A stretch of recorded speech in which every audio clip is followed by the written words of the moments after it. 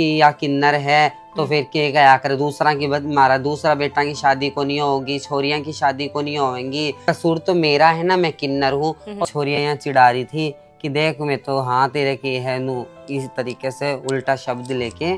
करने वाला भगवान है, भगवान ने सोच समझ के ही हमें भेजा होगा। हमारा जीवन बहुत गलत है, हमें बहुत कठिनाई आती है। अरे रे आओ राधे राधे। या फिर सोच रहे होगा ये तो एक किन्नर का बेटी कहाँ हुई। देखो माँ का पेट से अगर पत्थर निकल जाए ना, वो भी वो प्यारो हो यार। 12-13 साल की लड़की हो तो भी क्या पीरियड आवा लग जाए, एक लड़की होवा है तोबा। ना गीता में गावण जोगी, ना मरिया में रोवण जोगी। इनका किमी को नहीं आवर या कुछ को नहीं।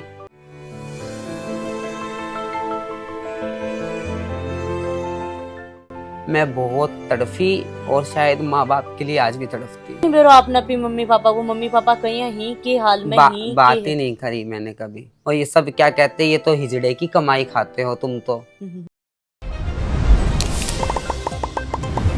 Racks pipes and cables presents Jhalko Jhunjhunu. Ram ji मुझको झलको पर थारो बहुत बहुत स्वागत है।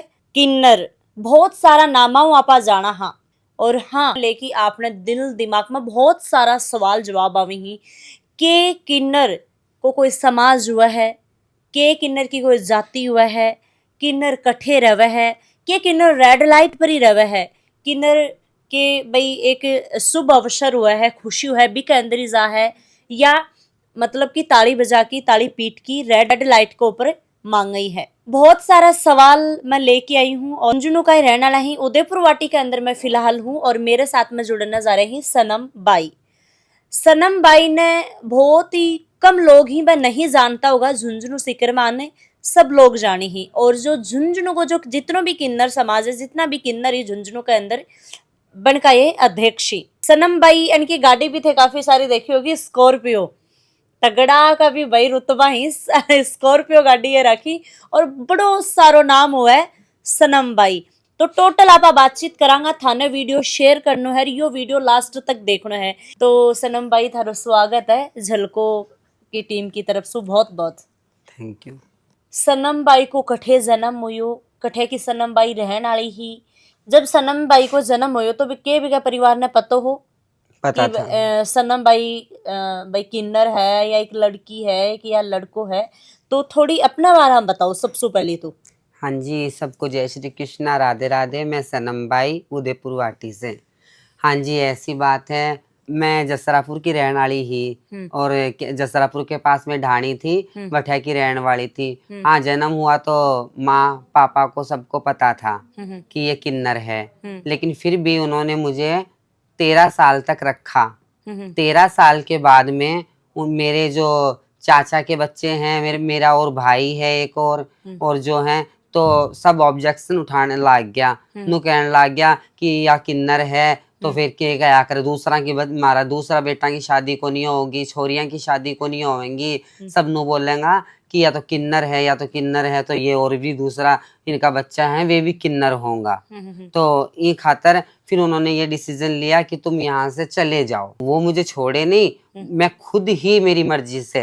बस उन्होंने एक बार मुझे बोला, फिर ताने से लगता मुझे, मैं रोती यहाँ करती कि भाई काश मैं भी ठीक होती माँ बाप। फिर मैंने मेरी खुशियाँ कुर्बान कर दी उनके ऊपर। मेरे घर वालों से मैंने कोई वास्ता नहीं रखा। मैंने कहा मेरी बहनों की तुम शादियां करो, भैया की तुम शादियां करो, कसूर तो मेरा है ना, मैं किन्नर हूँ और ऊपर वाले भगवान ने मुझे बनाया है, तो मेरी कसूर तो मेरो है, तो मैं ही चली जाऊंगी। तो मैं वहां से सीधे दिल्ली चली गई। तो 25-26 साल पहले की आप बात करें तो 5-6 साल को जब बच्चों हुआ है तो बिन समझ आने लग जा है। तो भाई सनम बाई ने कब समझ आबा लगी कि भाई मैं एक मतलब लड़को भी को नहीं हूँ, एक लड़की भी को नहीं हूँ।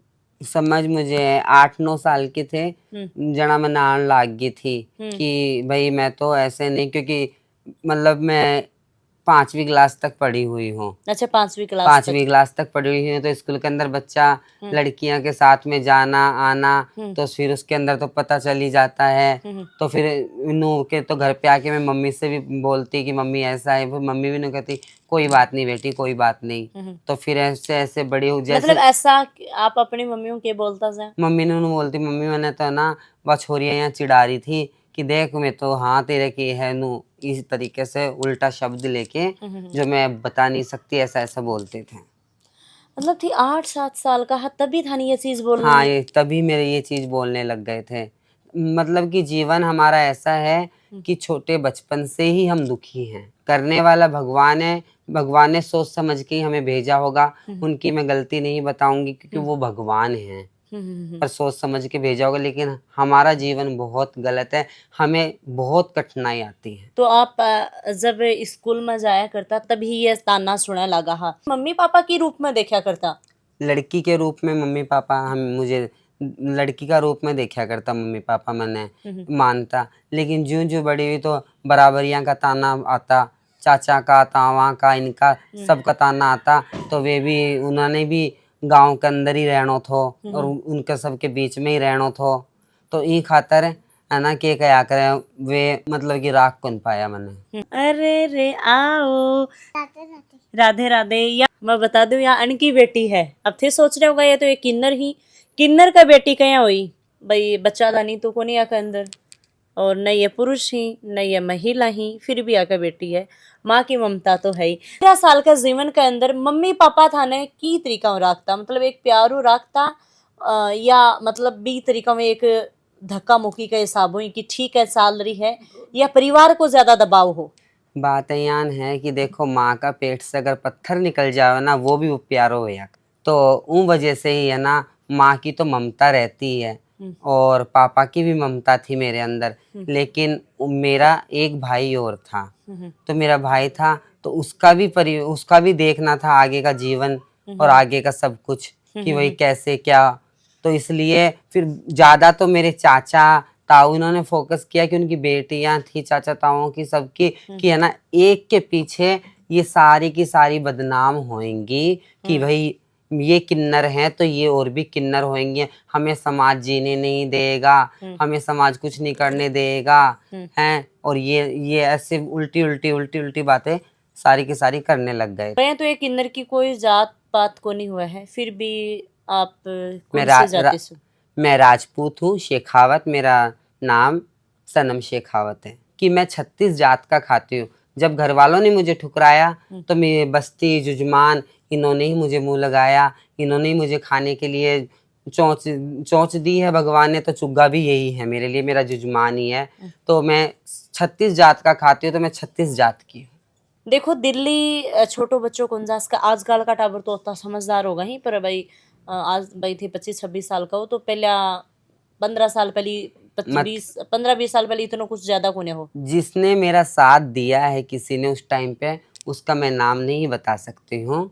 कोई आपको दोस्त या नहीं, कोई दोस्त नहीं फ्रेंड? था। एक सिर्फ एक इंसानियत के नाते और एक मतलब कि प्यार के नाते, इंसानियत के नाते मेरा साथ दे के मुझे मेरी मंजिल दिखाई। एक महिला ही या एक पुरुष हो? महिला। एक महिला के भी महिला सो आज भी थारो नातो है? हाँ, आज भी मेरा नाता है उससे।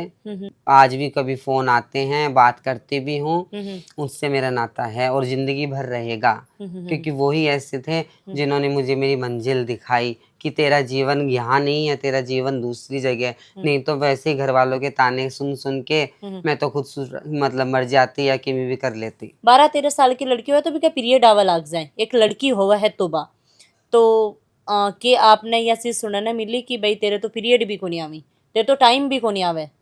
हाँ, ये बोलते थे ना घर वाले, चाचा ताऊ ये सारे के सारे, बोले क्या करोगा इनको, या तो कोई दिन में को नहीं, ना गीता में गावण जोगी ना मरिया में रोवण जोगी, इनका किमी को नहीं आवर या कुछ को नहीं।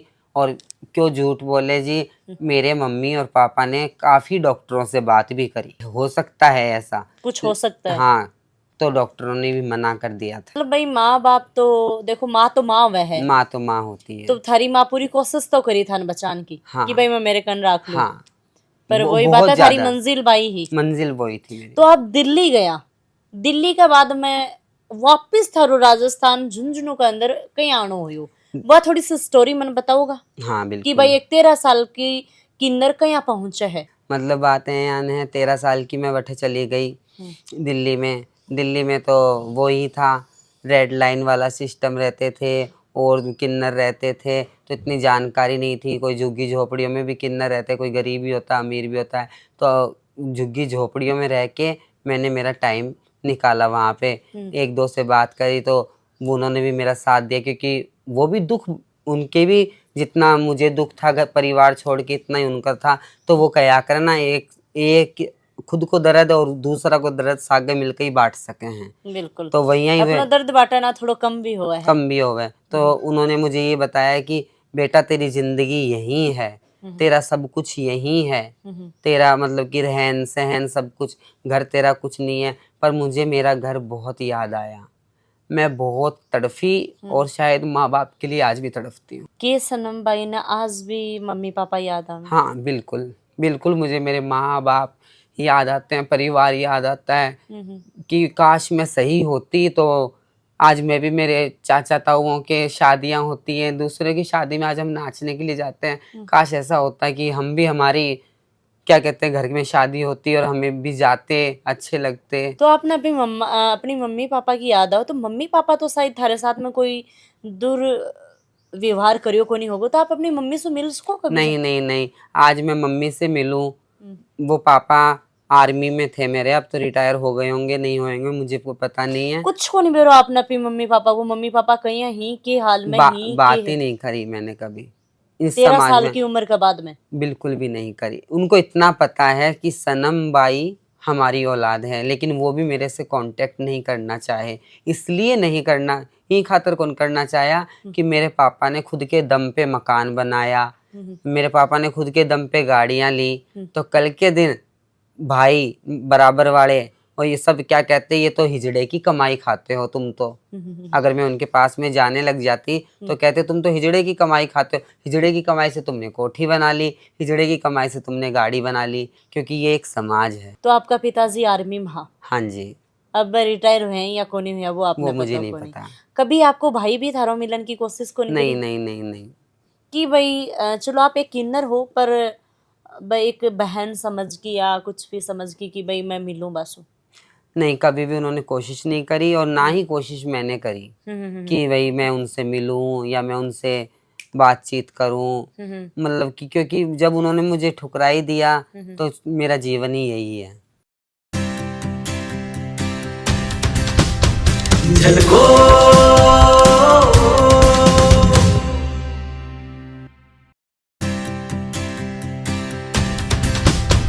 झलको